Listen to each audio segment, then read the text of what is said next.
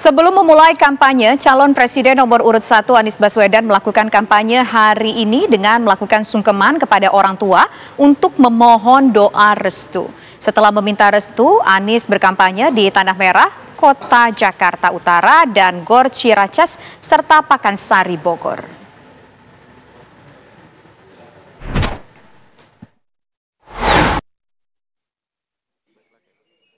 Capres dari Koalisi Perubahan Anies Rashid Baswedan membuka kegiatannya dengan sungkem kepada orang tuanya. Ini Anies berangkat, insya Allah mulai kampanye hari. Anies juga meminta restu kepada orang tua Ferry Farhati selaku ibu mertuanya. Mudah-mudahan kampanye lancar. Setelah melakukan proses sungkeman, Anies beserta istri bergegas menuju Kampung Tanah Merah, Koja, Jakarta Utara. Bersiap berjuang dalam pesta demokrasi sekarang ini. Di lokasi kampanye, ratusan warga sangat antusias menyambut kedatangannya.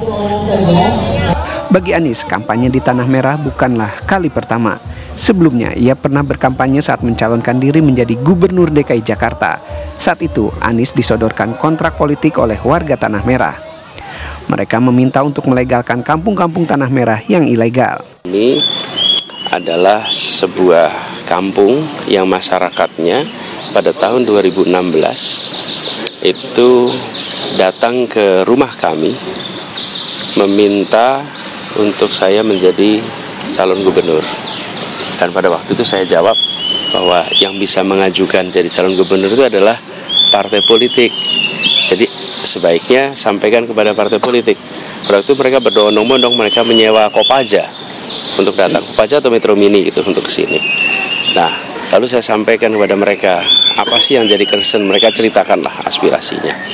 Nah, kemudian pada tanggal 23 September 2016, pada waktu itu pendaftaran pilkada hari Jumat. Nah, hari Sabtunya saya keliling pertama itu di Kampung Tanah Merah. Usai melakukan kampanye di Tanah Merah, Anies bergeser untuk kampanye di Gor Ciracas, Jakarta Timur.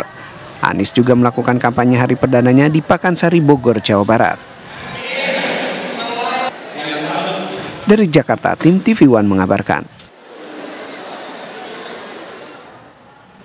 Calon Wakil Presiden nomor urut 1 Muhaimin Iskandar memulai kick-off hari pertama kampanye Pemilu 2024 di Jawa Timur. Sejumlah agenda dan kegiatan telah dilakukan Caimin sejak pagi tadi, salah satunya adalah sungkeman dan ziarah ke makam.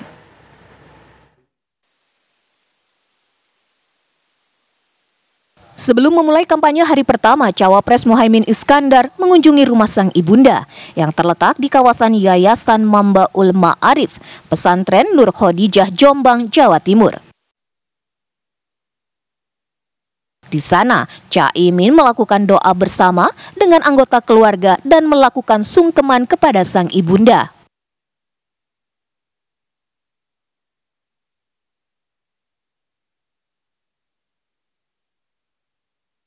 Setelah itu, Caimin melakukan ziarah di makam kakek buyutnya, Kiai Haji Bisri Syamsuri, yang merupakan salah satu penyusun undang-undang perkawinan di Indonesia. Kami niatkan untuk meneruskan perjuangan Mbah Bisri Syamsuri, melanjutkan perjuangan yang beliau rintis di bidang agama, di bidang pendidikan, di bidang pemerintahan dan negara.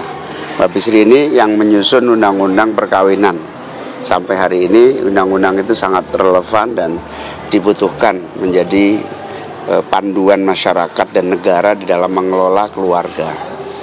Nah, saya harus meneruskan perjuangan beliau. Pokoknya PKB menang Jawa Timur. Total ya, akan ada 4 titik kampanye yang akan dilakukan Caimin, yakni Surabaya, Sidoarjo, Jombang, dan Mojokerto. Dari Jombang, Jawa Timur, Adia Anwari, Dwi Kustantio, TV One mengabarkan.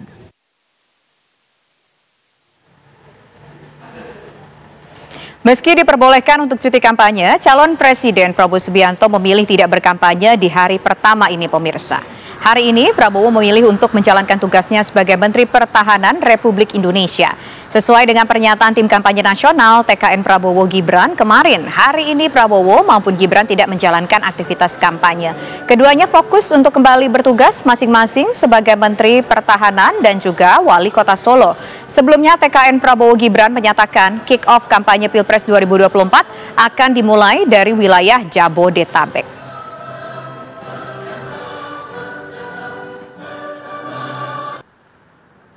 Lagu Indonesia Raya selesai.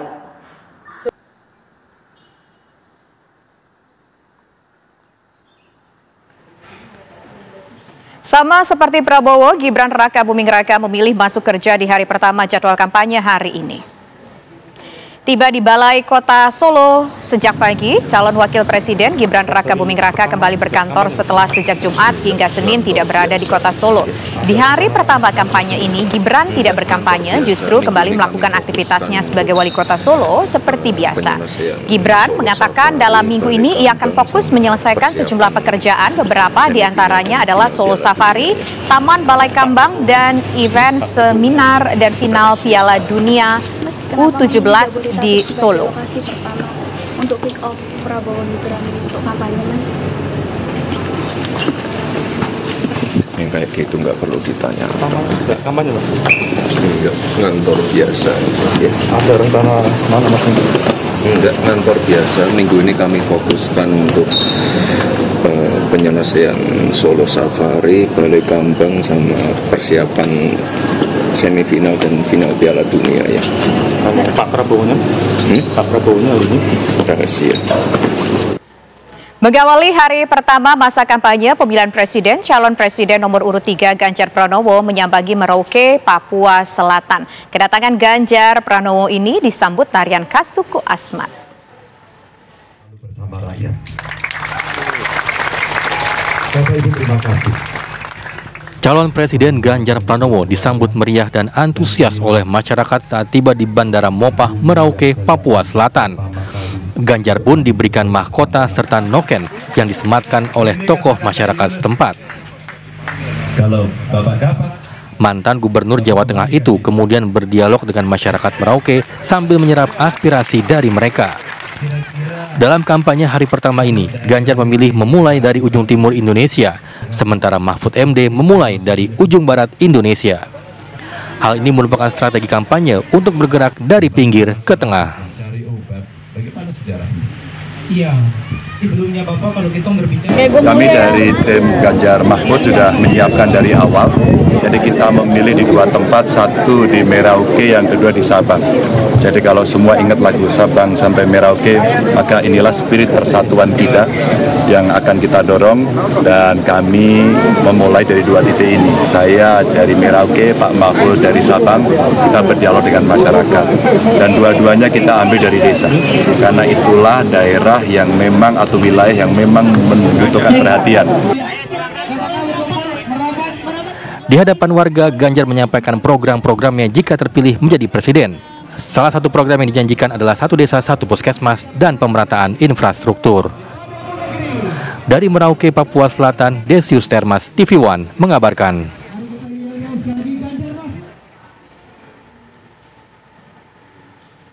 Pemirsa, calon wakil presiden nomor urut 3 Mahfud MD menggelar kampanye perdana di daerah Sabang, Nangro, Aceh Darussalam.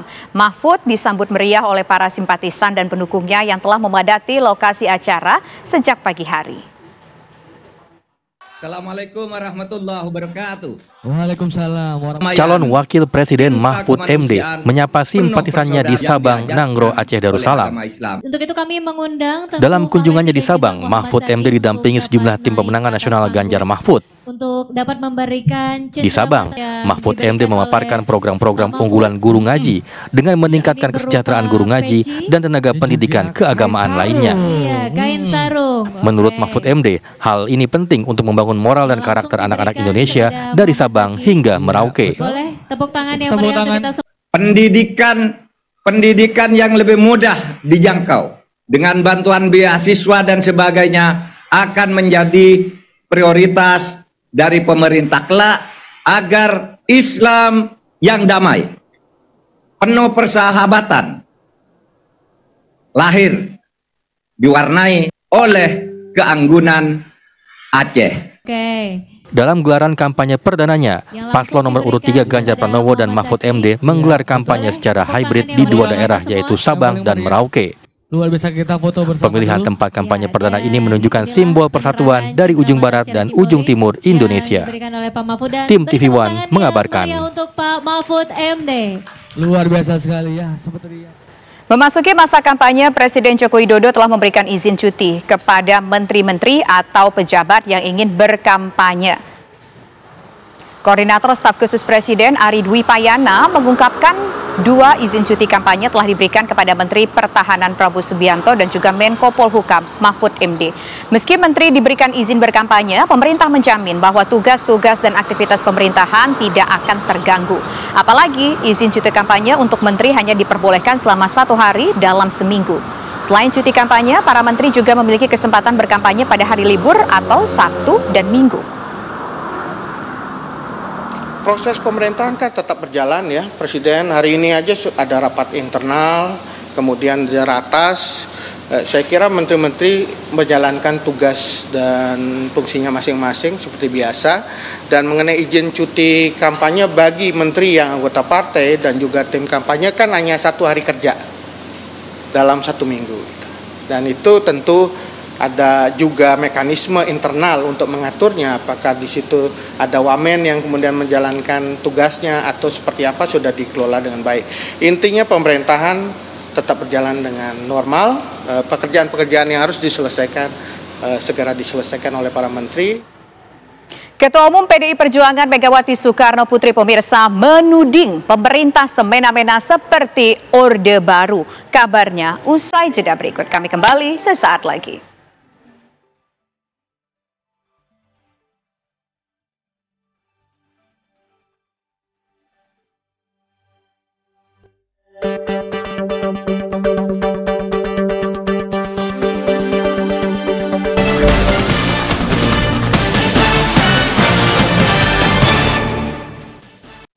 Pemirsa, Megawati Soekarno Putri kembali mengkritik pemerintah saat ini. Ketua Umum PDI Perjuangan ini menuding penguasa saat ini sudah bertindak dan berlaku sewenang-wenang layaknya di masa Orde Baru.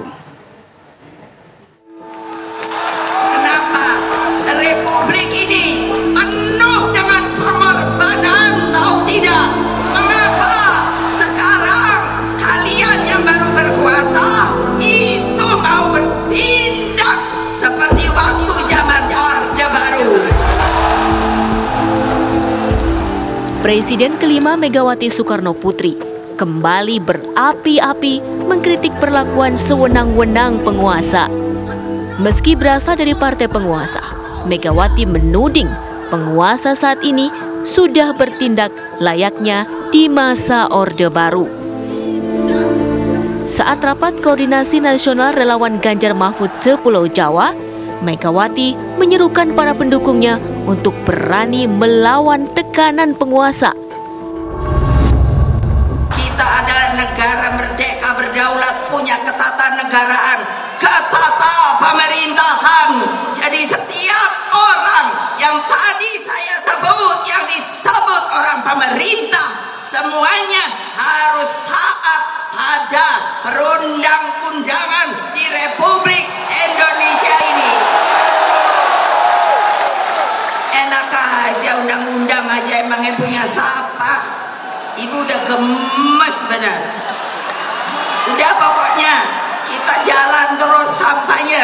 Kita lihat kalau ada yang dicurangi, kalau tidak boleh umpamanya lapangannya, kalau itu namanya kultur Orde Baru yang Ibu alami pada waktu dulu.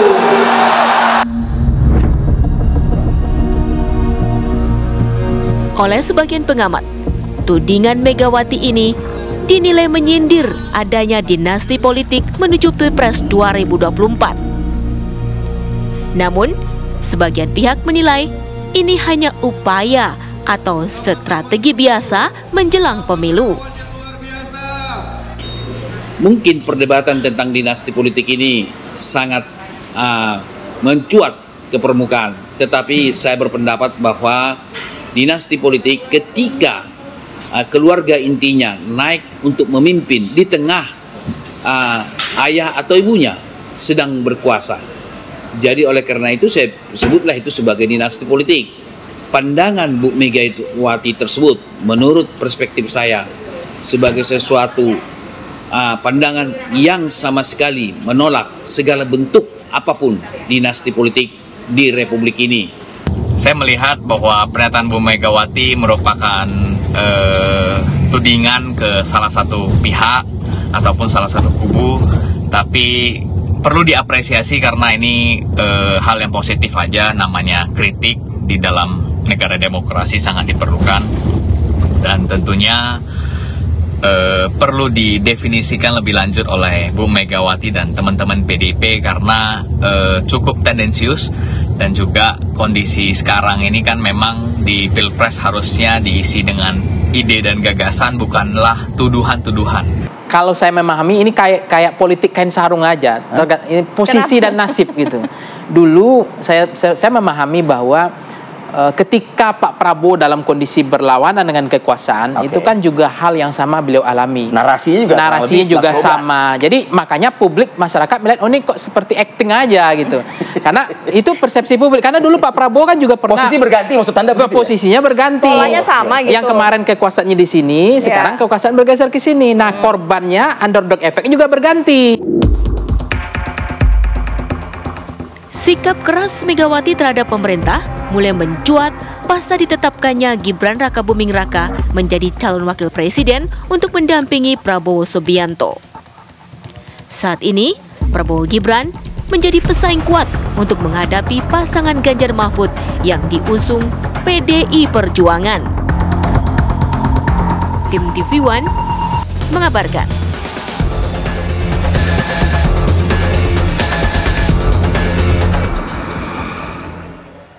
Sementara itu, politisi Partai Gerindra Habibur Rahman menilai tekanan selama pemilu bukan hanya dialami oleh PDIP. Bahkan di beberapa tempat PDIP justru diuntungkan oleh aparat. Kami menghormati Ibu Megawati dan memahami apa yang beliau sampaikan dalam pidato sebagai nasihat seorang tokoh bangsa kepada seluruh elemen bangsa. Bahwa ketika kita berkuasa, janganlah kita berbuat sewenang-wenang dan jangan menggunakan kekuasaan untuk menguntungkan kelompok kita sendiri. Hari-hari ini kita juga banyak ditanyakan oleh masyarakat soal fakta integritas PJ Bupati di Sorong, kemudian juga ada dugaan ketidaknetralan PJ Bupati di Cilacap, Jawa Tengah dengan program Kancing Merah, lalu ada juga di Majalengka ketidaknetralan. Kita berharap benar-benar semua aparatur negara bisa bersikap netral. Capres-cawapres mulai melakukan kampanye perdana. Apa saja yang dijanjikan oleh mereka? Kabarnya usai jeda berikut.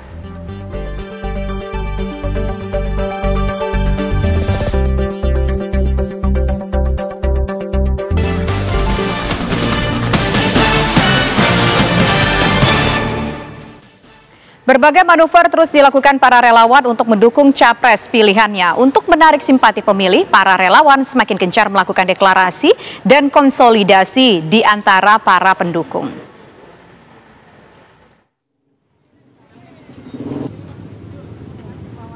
Sukarelawan Ganjar Pranowo dari kalangan buruh yang tergabung dalam Ganjaran Buruh Berjuang GBB kembali menggelar acara GBB Goes to Pabrik. Di salah satu pabrik di Pekalongan, Jawa Tengah, para relawan ini melakukan sosialisasi dan memperkenalkan sosok Ganjar Pranowo. Selain berkampanye, GBB juga menyediakan bazar sembako murah bertajuk Warung Ganjaran. Para pekerja yang tampak antusias mengantre sembako murah, mengapresiasi langkah loyalis Ganjar Pranowo dan Mahfud MD untuk menyediakan kebutuhan pokok. Dukungan terhadap Prabowo Subianto dan Gibran Rakabuming Raka untuk memenangkan pemilu 2024 mendatang kembali datang dari relawan Bolone Mase di Wonosobo, Jawa Tengah. Relawan Bolone Mase ini menggelar acara sosialisasi pemenangan Prabowo Gibran di alun-alun kota Wonosobo. Acara tersebut diikuti oleh warga dari 15 komunitas yang ada di Kabupaten Wonosobo, diantaranya yakni komunitas pecinta olahraga skateboard, mancing mania, komunitas pecinta burung, dan belasan komunitas lainnya. Selain sosialisasi sosok Prabowo Gibran, relawan juga berharap pemilu 2024 berlangsung damai dan menyenangkan bagi anak-anak muda. Sementara itu, ratusan advokat mendeklarasikan dukungannya terhadap pasangan Anies Baswedan dan Muhaimin Iskandar. Para pengacara ini juga sepakat untuk membentuk Tim Hukum Nasional Amin. Tim Hukum Nasional ini nantinya akan mengawal seluruh rangkaian kampanye hingga memastikan perhitungan suara tidak ada kecurangan. Pasangan Anies dan Muhaimin turut hadir di deklarasi Tim Hukum Nasional Amin yang berlokasi di suasana Ballroom Lipo Kuningan, Jakarta Selatan. Tim TV One mengabarkan. Sebelum memulai kampanye, calon presiden nomor urut 1 Anies Baswedan melakukan kampanye hari ini dengan sungkeman terlebih dahulu kepada orang tua untuk memohon doa restu. Setelah meminta restu, Anies pun berkampanye di Tanah Merah, Koja, Jakarta Utara, dan Gor Ciracas serta Pakansari, Bogor.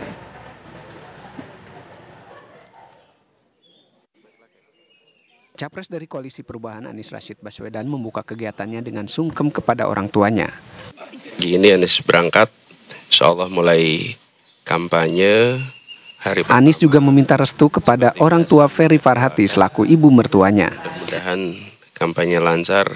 Setelah melakukan proses sungkeman, Anies beserta istri bergegas menuju Kampung Tanah Merah, Koja, Jakarta Utara. Bersiap berjuang dalam pesta demokrasi sekarang ini. Di lokasi kampanye, ratusan warga sangat antusias menyambut kedatangannya. Bagi Anies, kampanye di Tanah Merah bukanlah kali pertama.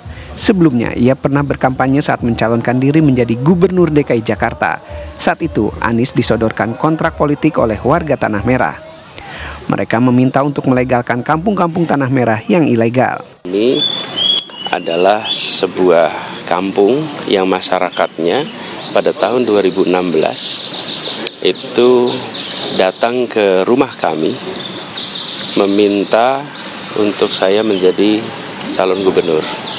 Dan pada waktu itu saya jawab bahwa yang bisa mengajukan jadi calon gubernur itu adalah partai politik. Jadi sebaiknya sampaikan kepada partai politik. Pada waktu itu mereka berdondong-bondong, mereka menyewa Kopaja untuk datang, Kopaja atau Metro Mini gitu untuk ke sini.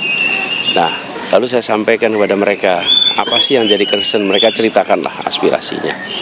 Nah, kemudian pada tanggal 23 September 2016, pada waktu itu pendaftaran pilkada hari Jumat. Nah, hari Sabtunya saya keliling pertama itu di Kampung Tanah Merah. Usai melakukan kampanye di Tanah Merah, Anies bergeser untuk kampanye di Gor Ciracas, Jakarta Timur. Anies juga melakukan kampanye hari perdananya di Pakansari, Bogor, Jawa Barat. Dari Jakarta, tim TV One mengabarkan. Capres nomor urut 1 Anies Baswedan meneruskan agenda kampanyenya di Bogor, Jawa Barat. Lantas seperti apa jalannya kampanye Anies di Bogor, Jawa Barat hari ini? Kami langsung menuju ke rekan kami, ada Usep Sarifudin di sana. Usep, apa yang kemudian dijanjikan Anies di masa kampanye ketika di Bogor ini? Silakan. Ya, Nanda dan juga pemirsa dapat kami sampaikan bahwa ini baru saja Anies Baswedan beserta rombongan tim kampanye nasional meninggalkan gedung dan beberapa mobil masih terlihat di belakang TNI. Dan itu menuju ke arah kota Bogor. Tadi pada saat tiba di sini sekitar pukul 14 waktu Indonesia Barat, tepatnya di gedung di belakang saya ini Anda saksikan sendiri, gedung Laga Satria. Dan ini dipadati oleh ribuan pengunjung baik dari partai koalisi seperti PKS, kemudian Nasdem dan juga partai PKB. Itu memadati kawasan gedung Laga Satria yang berada di kawasan Pakansari, Cibinong, Kabupaten Bogor, Jawa Barat. Dan mereka datang di sini secara bersama-sama untuk mengikuti pidato ataupun orasi dari Anies Baswedan. Anies Rashid Baswedan tadi menyampaikan salah satunya di antara materinya yaitu bagaimana mempermudah perolehan rumah kepada warga, di mana pada saat ini menurut Anies Baswedan untuk mendapatkan rumah sangat sulit sekali bagi masyarakat. Dan ini adalah birokrasinya yang cukup sulit baik dari pihak pemberi dana maupun dari pihak yang sudah memberikan ketentuan. Dan oleh karena itu, jikalau nanti terpilih, maka Anies Baswedan akan mempermudah dan melakukan perubahan terhadap kepemilikan rumah pada saat akan dilakukan, terutama di kawasan Bogor, di mana Bogor merupakan kawasan satelit ataupun tempat yang merupakan tempat masyarakat berkumpul untuk menuju ke Jakarta. Dan kemudian juga selain itu transportasi massal seperti kereta api akan juga ditingkatkan oleh Anies Baswedan. Dan ribuan warga ini sampai dengan saat ini masih terus memadati kawasan gedung Laga Satria di kawasan Cibinong, atau tepatnya di Pakansari, Cibinong, Kabupaten Bogor. Kemudian Anies Baswedan dari sini langsung menuju ke kota Bogor, tepatnya di kawasan Jembatan Merah. Dan Jembatan Merah lalu nanti akan memakan ketupat ataupun docelang, makanan khas dari kota Bogor. Juga akan makan makanan yang lain selain docelang, juga ada makanan-makanan khas Bogor nanti di kawasan Jembatan Merah, jembatan penyeberangan, kawasan Jalan Kapten Muslihat. Demikian untuk sementara, kami kembali ke Anda di studio Nanda. Ada Tisa Noveni di sini, Usep. Terima kasih atas laporan Anda.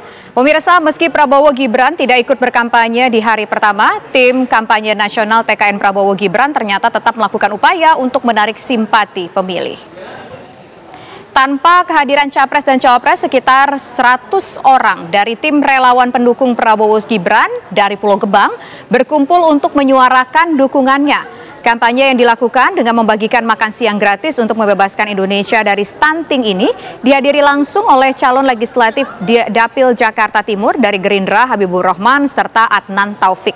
Tidak hanya makanan, kader Gerindra juga membagikan susu untuk anak-anak di area perkampungan Pulau Gebang. Harapannya program ini dapat terus dilakukan selama kampanye, dan apabila paslon nomor urut 2 tersebut terpilih, maka program ini akan terus dilakukan setiap harinya.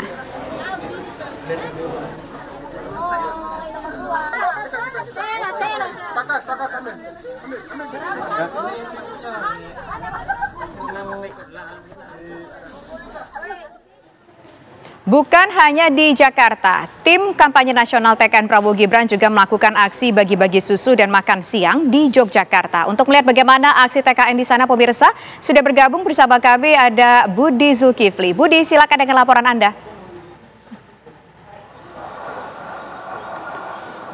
Ya, Tisha, benar sekali. Meskipun hari ini kita ketahui baik Prabowo maupun Gibran tidak turun langsung ke lapangan menggelar kampanye pada hari pertama pelaksanaan kampanye pemilihan presiden dan wakil presiden ini. Namun dari pantauan kami, kampanye tim pemenangan Prabowo Gibran ini berlangsung di sejumlah wilayah di tanah air, termasuk juga di Yogyakarta yang dimotori oleh tim kampanye daerah Prabowo Gibran. Dari pantauan kami di kota Yogyakarta, tim kampanye daerah Prabowo Gibran hari ini menggelar kampanye dalam bentuk yang cukup sederhana, kalau bisa saya katakan demikian, yaitu dengan menggelar semacam bakti sosial, mendatangi rumah-rumah warga, khususnya di kawasan Brontokusuman Mergangsang, Yogyakarta. Dalam kegiatan yang mereka lakukan hari ini, mereka membagikan sedikitnya 1.000 paket makan siang dan juga susu kepada warga di sini, yang dikhususkan kepada para ibu hamil, kemudian anak-anak, balita, dan juga para lansia. Kegiatan ini dilakukan langsung dari rumah ke rumah warga yang ada di Brontokusuman ini dengan membagikan paket makanan sehat maupun susu tersebut. Ini menurut tim kampanye Prabowo Gibran bahwa kegiatan yang mereka lakukan ini adalah sebagai bentuk upaya mereka mendukung program Prabowo Gibran dalam mencegah stunting, khususnya di wilayah kota Yogyakarta. Mereka berharap apabila nanti pasangan Prabowo dan Gibran bisa menang dalam pemilihan presiden nanti, maka kegiatan seperti ini akan terus mereka lakukan. Dan dari pantauan kami, masyarakat yang menerima bantuan makanan maupun susu yang dibagikan oleh tim kampanye dari Prabowo Gibran di kawasan Brontokusuman ini menyambut antusias kegiatan tersebut, dan mereka tentu berharap agar kegiatan seperti ini bisa terus berlangsung tidak hanya di masa kampanye seperti ini saja, karena ini menurut warga sangat bermanfaat bagi perbaikan gizi masyarakat yang ada di sini untuk mencegah stunting, sebagaimana yang menjadi tujuan dari tim pemenangan Prabowo Gibran di kota Yogyakarta. Kegiatan membagikan susu dan makanan ini hari ini dari pantauan kami tidak hanya berlangsung di kawasan Brontokusuman, namun juga berlangsung di berbagai wilayah di kota Yogyakarta maupun juga di daerah lain di Indonesia secara serentak. Seperti itu yang bisa kami kabarkan. siang ini dari Yogyakarta. Kembali ke Anda, Tisa. Baik, terima kasih Budi Zulkifli atas laporan Anda langsung dari Yogyakarta. Pemirsa, mengawali hari pertama masa kampanye pemilihan presiden, calon presiden nomor urut 3 Ganjar Pranowo menyambangi Merauke, Papua Selatan. Kedatangan Ganjar Pranowo ini disambut tarian khas suku Asmat.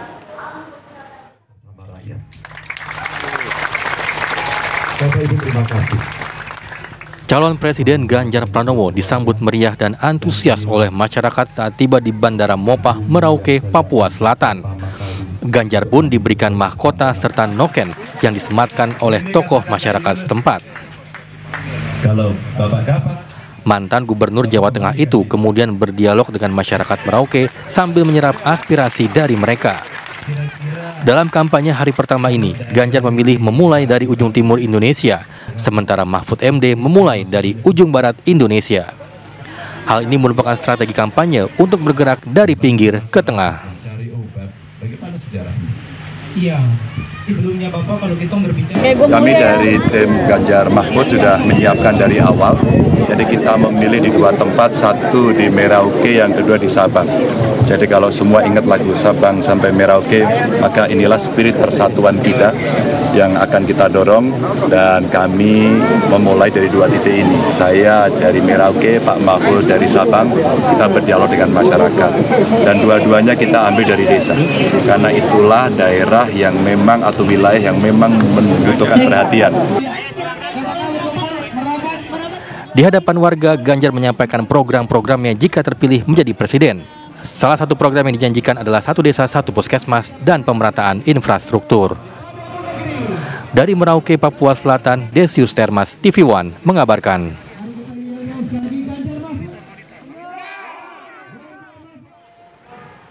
Lantas seperti apa kelanjutan kampanye Ganjar di Merauke, pemirsa? Kita sudah terhubung dengan Desius Termas. Desius, apa saja agenda Ganjar di Merauke untuk kampanye kali ini? Ya, selamat sore Tisa dan pemirsa TV One dimanapun berada. Benar sekali, siang tadi calon presiden nomor urut 3 Ganjar Pranowo mengunjungi kota Merauke, Provinsi Papua Selatan. Dalam kunjungannya ini memang mengandung makna yang ada di sana. Ada 3 makna yang di sana bisa dilihat, yakni yang pertama yaitu terinspirasinya lagu dari Sabang sampai Merauke, yang mana calon wakil presiden Mahfud MD melakukan kampanye perdana di Sabang dan calon presiden Ganjar Pranowo melakukan kampanye perdana di tanah Papua. Ini mempererat hubungan antara ujung barat dan ujung timur Indonesia. Dan yang kedua adalah sila ketiga dari Pancasila, yakni Persatuan Indonesia. Ini mengandung makna yang tersimpan di sana, yaitu untuk memajukan seluruh rakyat Indonesia melalui pemerataan pembangunan di desa dan di kota, maupun dari ujung barat sampai ujung timur Indonesia. Dan yang terakhir adalah titik awal di mana Merauke itu merupakan terbitnya matahari, memulai kehidupan masyarakat Papua untuk mencari nafkah, menghidupi seluruh keluarganya di tanah Papua. Itulah 3 makna yang tersirat dari makna kampanye kunjungan presiden di tanah Papua. Demikian Tisa Novina yang apa kami sampaikan.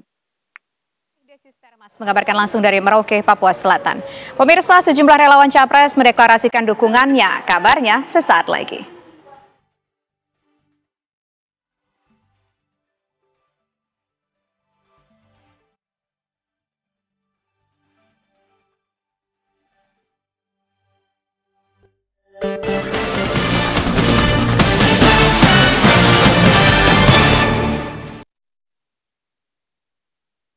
Dukungan untuk kemenangan pasangan Capres-Cawapres Prabowo Gibran dari berbagai daerah terus mengalir. Kali ini datang dari Satgas Inti Prabowo Sumatera Utara yang bertekad meraih 5 juta suara di Sumatera Utara untuk pasangan Prabowo Gibran. Satgas Inti Prabowo Sumatera Utara menyatakan dukungan 100% kepada paslon Capres dan Cawapres nomor urut 2, Prabowo Subianto dan Gibran Rakabuming Raka, di Pilpres 2024 mendatang. Dukungan itu disampaikan dalam deklarasi Satgas Inti Prabowo Sumatera Utara berlangsung di Hotel Danau Toba Internasional di Medan, Sumatera Utara. Satgas Inti Prabowo dikukuhkan oleh Dewan Penasihat Majen TNI Purnawirawan Musa Bangun dan Majen Fransen G. Sihaan SEMM selaku penasihat SIP Sumut. Pada deklarasi ini, sebanyak 6 organ relawan sayap Satgas Inti Prabowo Sumatera Utara tak luput turut menyatakan berkomitmen penuh dalam mendukung serta memenangkan pasangan Menteri Pertahanan serta putra sulung Presiden tersebut. Dengan jumlah daftar pemilih tetap DPT di Sumatera Utara yang mencapai 10,6 juta suara, maka minimal sebanyak 5 juta suara harus diraih. Kita harus bisa menang. Pertama, kita harus bisa mencapai suara 52-53% suara di Provinsi Sumut. Kalau 52-53% suara Prabowo Gibran Sumut, berarti suara dari jumlah DPT yang ada kita sudah bisa mencapai 5.700.000. Dengan jumlah 5.700 suara yang kita peroleh, itu sudah memberikan sumbangsi suara kepada perolehan suara secara nasional pada tahun 2024. Prabowo bisa menang 1 putaran.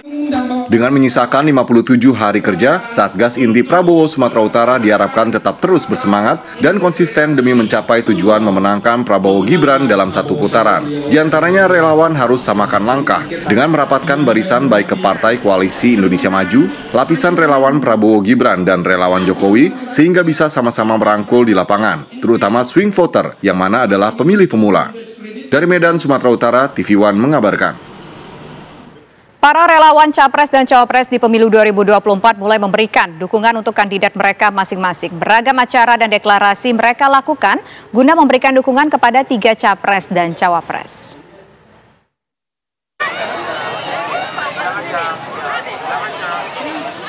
Ribuan warga padati acara konser akbar Sahabat Ganjar di lapangan Krida Nusantara, Cilacap, Jawa Tengah. Konser yang menampilkan penyanyi dan band ibu kota untuk merayakan pesta rakyat ke-15 dan deklarasi dukungan terhadap pasangan calon presiden nomor urut 3, Ganjar Pranowo dan Mahfud MD. Dalam konser ini pun, sahabat Ganjar juga menggelar doa bersama untuk Palestina. Sahabat Ganjar memberikan hadiah menarik pada pengunjung pesta rakyat ini, membuktikan sinergi dan kolaborasi antara seni dan UMKM. Gelombang dukungan untuk Gibran Rakabuming Raka menjadi Cawapres Prabowo Subianto terus berdatangan. Salah satunya dari relawan Benteng Jokowi atau Bejo. Ketua Umum Bejo berikan simbolis baju sebagai tanda dukungan untuk Gibran. Terkait kesiapan struktur relawan Bejo se-Indonesia, relawan Bejo pada Pileg 2019 himpun dukungan untuk Joko Widodo lebih dari 2 juta suara dalam negeri dan luar negeri. Di Kabupaten Bone, Sulawesi Selatan, relawan perempuan Anies gencar melakukan sosialisasi perkenalkan Anies Muhaimin Capres dan Cawapres 2024 hingga ke tingkat dusun dan desa ke puluhan emak-emak yang melihat Anies mampu memajukan Indonesia ke arah yang lebih baik. Dengan gambar Anies dan Muhaimin, Capres dan Cawapres nomor urut 1 di tangannya, puluhan emak-emak dan bapak-bapak ini siap memenangkan Anies Baswedan dan Muhaimin Iskandar di desa mereka. Tim TV One mengabarkan. Bapak Anies Baswedan. Ketua Umum PDI Perjuangan Megawati Soekarno Putri menuding pemerintah semena-mena seperti Orde Baru. Kabarnya usai jeda berikut.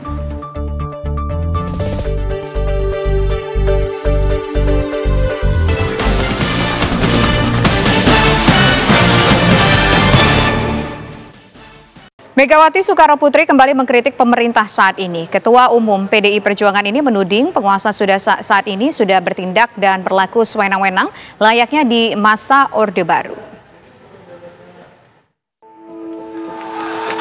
Kenapa Republik ini penuh dengan pengorbanan, tahu tidak? Mengapa sekarang kalian yang baru berkuasa itu mau bertindak seperti waktu zaman Orde Baru? Presiden kelima Megawati Soekarno Putri kembali berapi-api mengkritik perlakuan sewenang-wenang penguasa.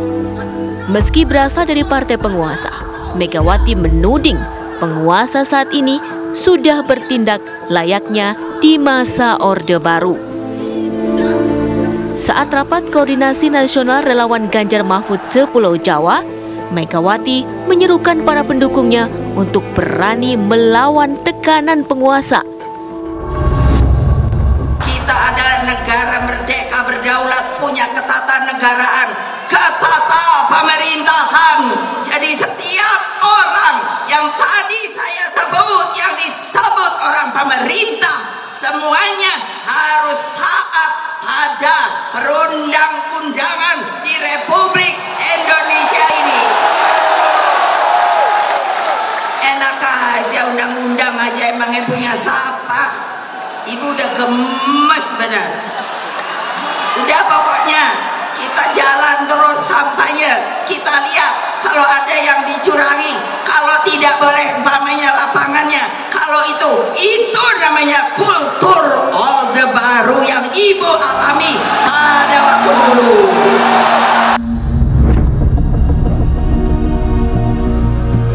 Oleh sebagian pengamat, tudingan Megawati ini dinilai menyindir adanya dinasti politik menuju Pilpres 2024.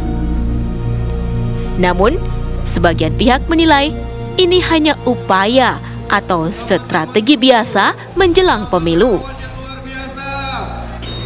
Mungkin perdebatan tentang dinasti politik ini sangat mencuat ke permukaan, tetapi saya berpendapat bahwa dinasti politik ketika keluarga intinya naik untuk memimpin di tengah ayah atau ibunya sedang berkuasa.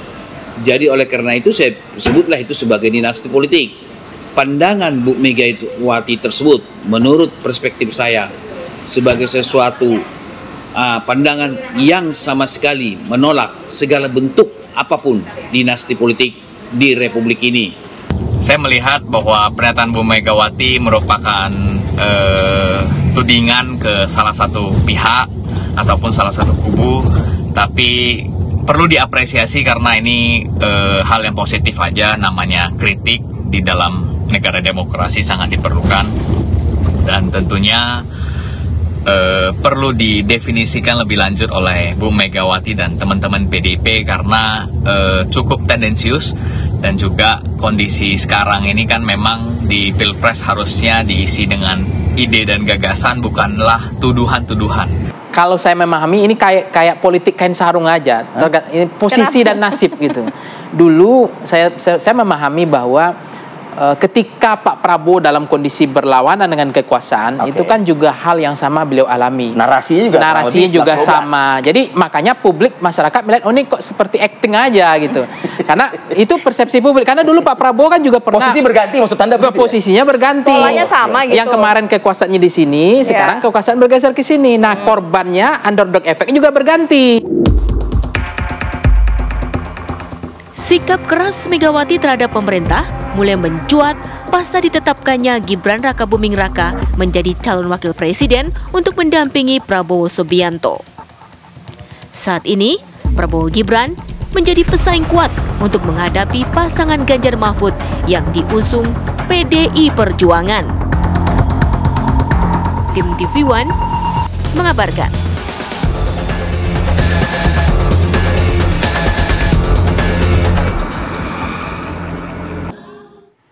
Ke kabar selanjutnya, saksi TPS Pilpres dan Pileg 2024 mulai mendapatkan pembekalan dari Partai Golkar di Jember, Jawa Timur. 7.700 saksi mengikuti pembekalan TPS di 7 titik. Ada 7 titik yang menjadi lokasi pembekalan yang diikuti ribuan saksi tersebut, diantaranya Kecamatan Gumukmas, Jember. Kemudian para saksi tersebut pemirsa nantinya yang didapuk menjaga suara Partai Golkar di 7.700 TPS yang tersebar di wilayah Jember. Harapan pada Pilpres dan Pileg 2024 mendatang, suara Partai Golkar meningkat daripada pemilu 2019 lalu.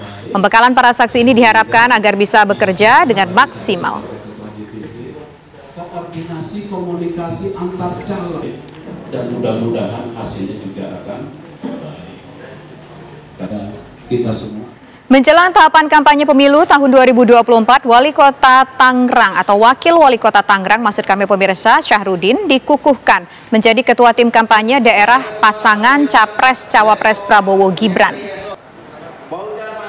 Partai politik yang tergabung dalam Koalisi Indonesia Maju menargetkan kemenangan mutlak di Kota Tangerang dan pasangan Capres-Cawapres nomor urut 2 tersebut menang dalam satu putaran. Pengukuhan tim kampanye daerah Kota Tangerang dilakukan Ketua Tim Kampanye Daerah Provinsi Banten, Airin Rahmi Diani, di salah satu hotel di Bilangan Cipondoh untuk berjuang secara totalitas bersama-sama demi pasangan Capres-Cawapres nomor urut 2 Prabowo Gibran meraih kemenangan mutlak. Kami tim kampanye daerah Prabowo Gibran Kota Tangerang, mewujudkan adalah cita-cita Raka Buming. Demikian kebersamaan kita dalam kabar pemilu kali ini pemirsa. Saya Tisa Novendi undur diri. Terima kasih atas kebersamaan Anda. Kami kabarkan, Anda putuskan. Sampai jumpa.